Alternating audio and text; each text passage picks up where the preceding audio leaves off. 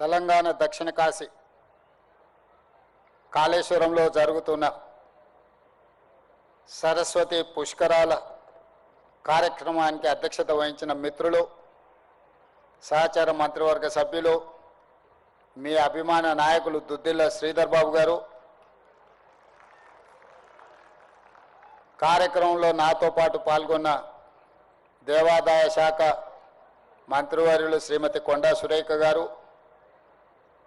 కరీంనగర్ ఉమ్మడి జిల్లా ప్రాంతం నుంచి ప్రాతినిధ్యం వహిస్తున్న మిత్రులు మంత్రివర్యులు పొన్నం ప్రభాకర్ గారు, రెవెన్యూ శాఖ మంత్రివర్యులు పొంగులేటి శ్రీనివాసరెడ్డి గారు, అట్లూరి లక్ష్మణ్ గారు, ఆది శ్రీనివాస్ గారు, శాసన మండలి సభ్యులు, శాసనసభ్యులు, ప్రభుత్వ సలహాదారులు, ఇక్కడికి విచ్చేసిన భక్తులందరికీ కూడా సరస్వతి పుష్కర శుభాకాంక్షలు. ఇంతకుముందే ఈరోజు ఉదయం మాధవానంద స్వామి గారు ఉదయం 5 గంటల ప్రాంతంలోనే ఈ సరస్వతి పుష్కరాలను ప్రారంభించి మొదటి రోజు భక్తులకు అందుబాటులోకి తీసుకురావడం జరిగింది. తెలంగాణ రాష్ట్ర ప్రభుత్వం మన సాంప్రదాయాలను కాపాడి ప్రజలకు అవసరమైన అన్ని మౌలిక వసతులు కల్పించడం ద్వారా మన సంస్కృతిని, సాంప్రదాయాలను శాశ్వతంగా భవిష్యత్ తరాలకు అందించడానికి అవసరమైన అన్ని కార్యక్రమాలను మనం తీసుకొని ముందుకు వెళ్తున్నాం. దేవాదాయ శాఖకు సంబంధించిన ప్రిన్సిపల్ సెక్రటరీ గారు శ్రీమతి శైలజ రామయ్యర్ గారి నేతృత్వంలో దేవాదాయ శాఖ అధికారులే కాకుండా ఈ జిల్లా రెవెన్యూ అధికారులు, పోలీస్ అధికారులు, ఇతర శాఖలకు సంబంధించిన అధికారులు, వైద్య ఆరోగ్య శాఖకు సంబంధించిన అధికారులు అందరూ భక్తులకు ఎలాంటి అసౌకర్యం కలగకుండా ఇక్కడికి వచ్చే భక్తులకు అన్ని రకాలుగా వసతులు కల్పించాలన్న లక్ష్యంతో ఈరోజు ఈ ఏర్పాట్లు అన్నిటిని కూడా బ్రహ్మాండంగా చేసిండ్రు. ప్రత్యేక ఆకర్షణగా ఈరోజు సుదూర ప్రాంతాల నుంచి వచ్చే భక్తులకు ఇబ్బంది కలగొద్దు అని ఒక టెంట్ సిటీని కూడా ఏర్పాటు చేసి ఒక అద్భుతంగా ఈరోజు తెలంగాణ రాష్ట్రంలో ఈ పుష్కరాలను నిర్వహిస్తున్నందుకు అధికారులందరినీ కూడా మనస్ఫూర్తిగా నేను అభినందిస్తున్నా. తెలంగాణ రాష్ట్రం వచ్చిన తర్వాత ఈ పుష్కరాలు మొట్టమొదటిసారి రావడం జరిగింది.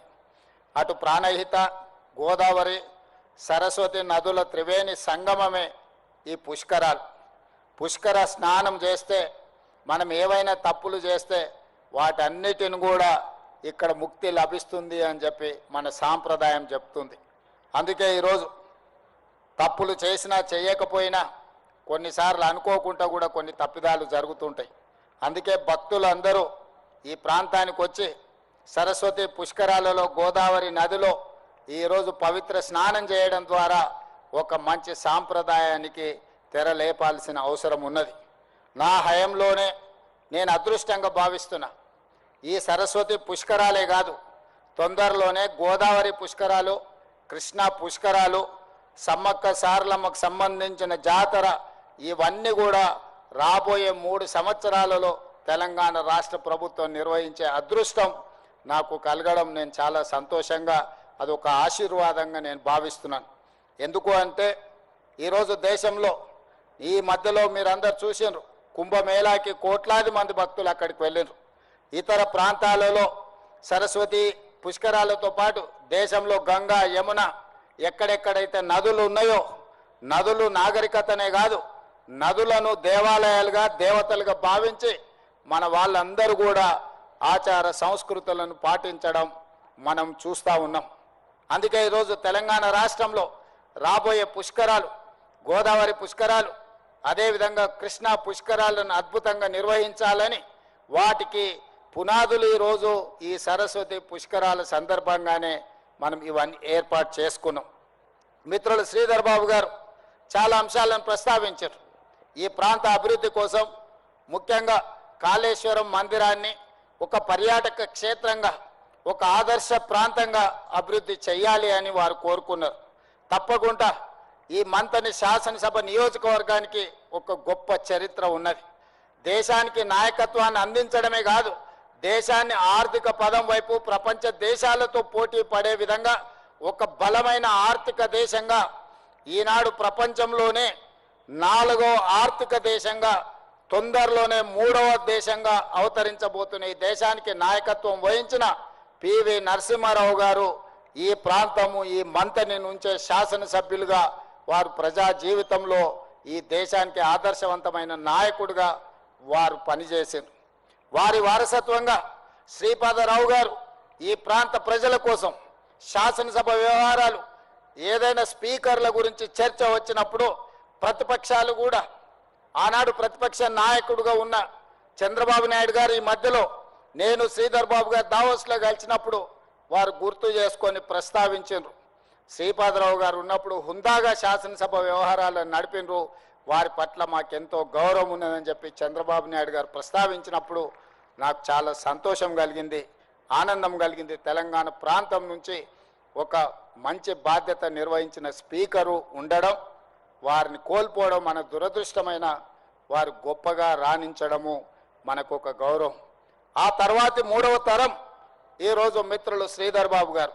శ్రీధర్ బాబు గారు ఈరోజు మంతనికే కాదు రాష్ట్రానికి సంబంధించిన నాయకత్వం వహించడమే కాకుండా ఈ రాష్ట్రానికి ఈ 15-16 నెలల్లో 3 లక్షల కోట్ల రూపాయల పెట్టుబడులను స్వదేశీ విదేశీ పెట్టుబడులను ఆకర్షించడం ద్వారా ప్రైవేటు రంగంలో కూడా 1,00,000 ఉద్యోగాలు 15-16 నెలల్లో మన రాష్ట్ర ప్రభుత్వం కల్పించింది అని అంటే అందులో శ్రీధర్ బాబు గారి పాత్రను ఎవరు మరవలేనిది.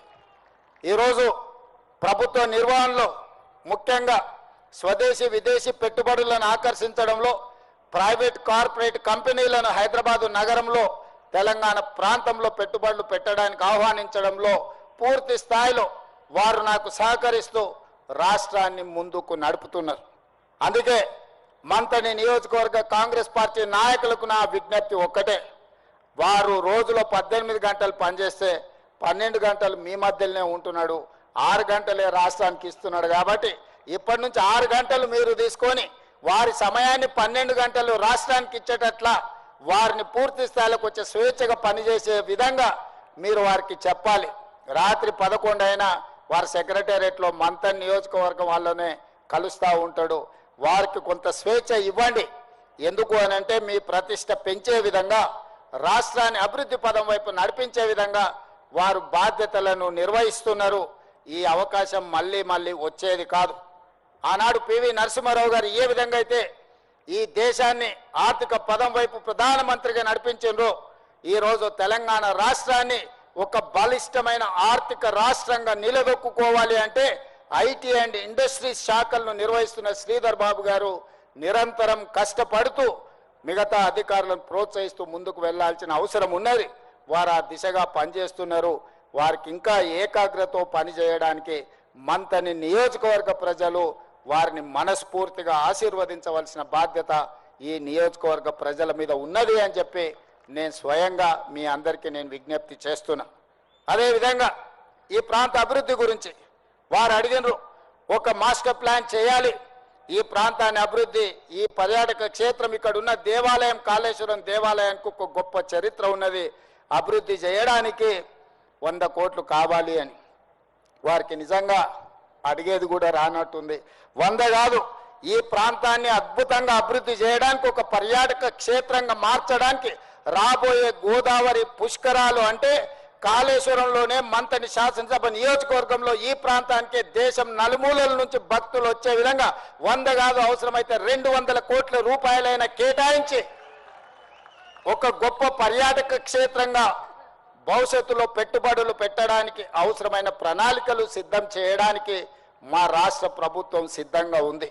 ఎందుకంటే రాష్ట్ర అభివృద్ధిలో నిరంతరం శ్రమిస్తున్న శ్రీధర్ బాబు గారి నియోజకవర్గానికి అదనంగా నిధులు ఇవ్వడం నా బాధ్యతగా నేను భావిస్తున్నా. అదేవిధంగా గోదావరి పుష్కరాలు నిర్వహించేటప్పుడు కొడంగల్లో నేను నిర్వహించాలన్నా నిర్వహించలేను. ఎందుకంటే గోదావరి జలాలు అక్కడికి రావట్లేదు, గోదావరి నది ఆ ప్రాంతంలో ప్రవహించడం లేదు. ఈ ప్రాంతానికి ప్రకృతి ఆశీర్వాదం గోదావరి నది. మరి గోదావరి నది ప్రాంతంలో ప్రవహిస్తున్నప్పుడు ఈ ప్రాంతాన్ని ఒక గోదావరి పుష్కరాలు అద్భుతంగా నిర్వహించాలి అని అంటే ఇక్కడికి వచ్చే భక్తులకు అన్ని రకాలుగా వసతులు ఏర్పాటు చేయవలసిన బాధ్యత రాష్ట్ర ప్రభుత్వంగా మా మీద ఉన్నది. మా అధికారిని శ్రీమతి శైలజ రామయ్యర్ గారికి, మా సోదరిమణి కొండా సురేఖ గారికి నేను ఈ వేదిక మీద నుంచే సూచనలు ఇస్తున్నా. రాబోయే గోదావరి పుష్కరాలతో పాటు కాళేశ్వరం మందిరానికి అవసరమైన మాస్టర్ ప్లాన్ అద్భుతంగా తీర్చిదిద్దండి. 100 కాదు 200 కోట్ల రూపాయలైన రాష్ట్ర ప్రభుత్వం తరఫున గ్రీన్ ఛానల్లో నిధులు ఇవ్వడానికి ప్రభుత్వం సిద్ధంగా ఉన్నది. ఆ బాధ్యత నేను తీసుకుంటానని చెప్పి భక్తులందరికీ నేను విజ్ఞప్తి చేస్తున్నా. మంతని నియోజకవర్గ ప్రజలకు మీరు అదృష్టవంతులు. శ్రీధర్ బాబు గారు లాంటి నాయకుడు మీ ప్రాంతానికి ప్రాతినిధ్యం వహిస్తున్నాడు. మీరు ఎక్కడికి వెళ్ళినా, ఈ రాష్ట్రమే కాదు పక్క రాష్ట్రం, ఇతర రాష్ట్రాలకు ఎక్కినప్పుడు ఆ పక్కన కనిపిస్తున్న మహారాష్ట్రకి వెళ్ళినా ఎవరయ్యా మీ ఎమ్మెల్యే మీ మంత్రి అంటే మీరు గర్వంగా చెప్పుకోవచ్చు మా నాయకుడు శ్రీధర్ బాబు గారు అని. మీ గౌరవం పెంచే విధంగా వ్యక్తులకు కొంతమందికి ఎంత చేసినా కొంత మేము చేయలేకపోవచ్చు, కానీ మన నాయకుడు పేరు చెప్పుకున్నప్పుడు మనకు కొంచెం గర్వంగా మనము ఫీల్ అవ్వాలి. అట్లాంటి మీరు గర్వంగా ఫీల్ అయ్యే నాయకుడు ఈ మంతనికి ఈరోజు శాసనసభ్యులుగా గెలిచినా ఓడినా మీ మధ్యలోనే ఉండి మీ అభివృద్ధి కోసం పనిచేసే నాయకుడు దొరకడం మీ అదృష్టం. తప్పకుండా మంతని నియోజకవర్గ అభివృద్ధిలో నా వంతు పాత్రను నేను పోషిస్తా. మీకు అవసరమైన నిధులను తప్పకుండా మంజూరు చేస్తాను తెలియజేస్తూ, ఇంత మంచి కార్యక్రమాన్ని ఏర్పాటు చేసి భక్తులకు అందుబాటులోకి తెచ్చిన మా అధికారులందరినీ మనస్ఫూర్తిగా అభినందిస్తూ